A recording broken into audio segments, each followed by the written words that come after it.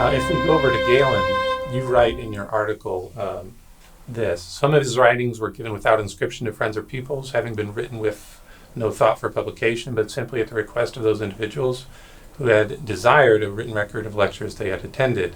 When in the course of time some of these individuals died, their successors came into the possession of the writings, liked them, and began to pass them off as their own, taking them from their owners. They returned to their own countries, and after a short space of time began to perform the demonstrations in them, each in some different way.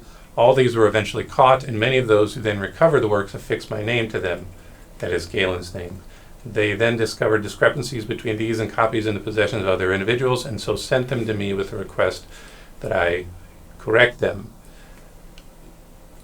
Two things here. One has to do with the question, given that so much of Galen's writing was put out there into circulation without his approval, which I think may come from part of the idiosyncrasy of Galen, of wanting him to be present to do his own teaching. Is Galen one of the main figures that's used to appeal to the idea of accidental publication or unauthorized publication, and then take that and use it in the context of New Testament textual criticism to say, well, maybe these documents were accidentally published, and then a formal, final, polished one was published, and who knows what the real version was. So that's one question. The other thing has to do with the exposing of textual corruption from a community context, which also would have operated in the New Testament circles.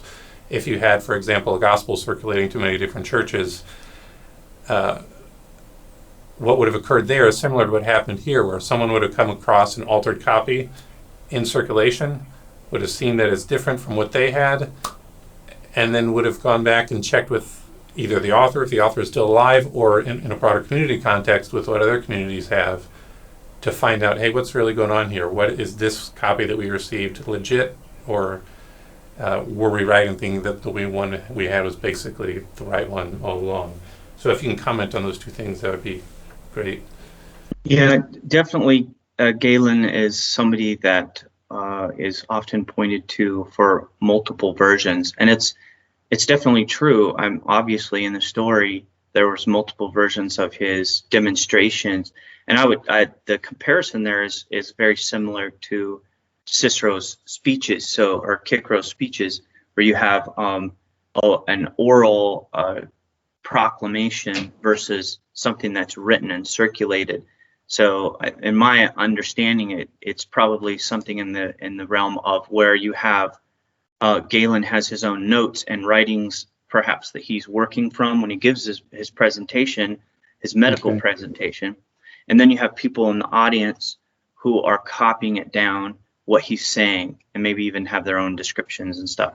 And so what you have is this copied down version of this oral demonstration then circulating.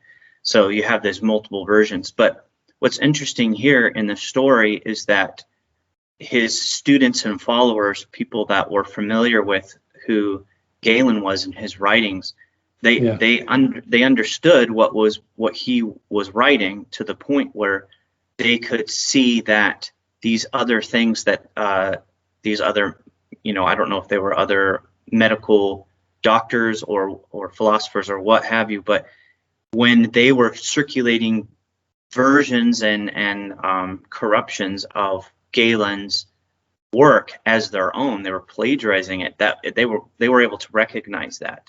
And I think it's interesting that they didn't accept that as an ethical practice. They didn't accept that kind of practice of plagiarizing, and they notified Galen about it. And so they were able to then correct the situation. And so yeah, I think that it kind of works against the thesis that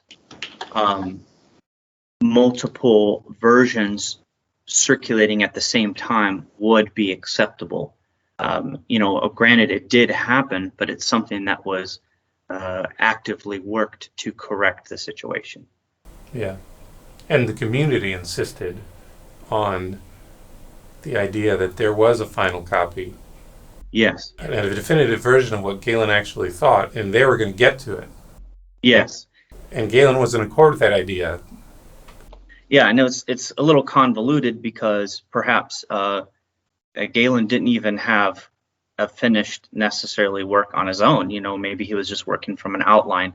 But it seems like from the story that it was a completed work that he was using, but he didn't want it. He didn't want this stuff to circulate widely. It was his teaching materials that he taught his students and his followers read from, and he didn't really want it to circulate widely. So it definitely seems like it's a recognizable writing or body of writings that he was familiar with, that he had finished, and that his students and followers could recognize. Thank you for listening. Credible Faith is a global missions-minded apologetics ministry with content available in 7 different languages across 7 websites: German, Russian, Italian, French, Spanish, Portuguese, and English. If you would like to support the global apologetics work of Credible Faith, go to crediblefaith.org and click on the donate icon. If you would like me to give an apologetics workshop or participate in a debate at your university, or if you would like me to give a Great Commission missions conference or apologetics conference at your church, get in touch with me through the Contact Us section of the Credible Faith website. You can also submit a request through the website to get Credible Faith's monthly email. If you are a native speaker of Russian, German, Italian, French, Spanish, or Portuguese, and if you notice that an essay from the English website is not available on the Credible Faith website for your language, feel free to get in touch with me about translating the essay, and I would read through your translated material for quality control and the desire to see content from the essay made available in your language. Thank you for listening, and have a great night.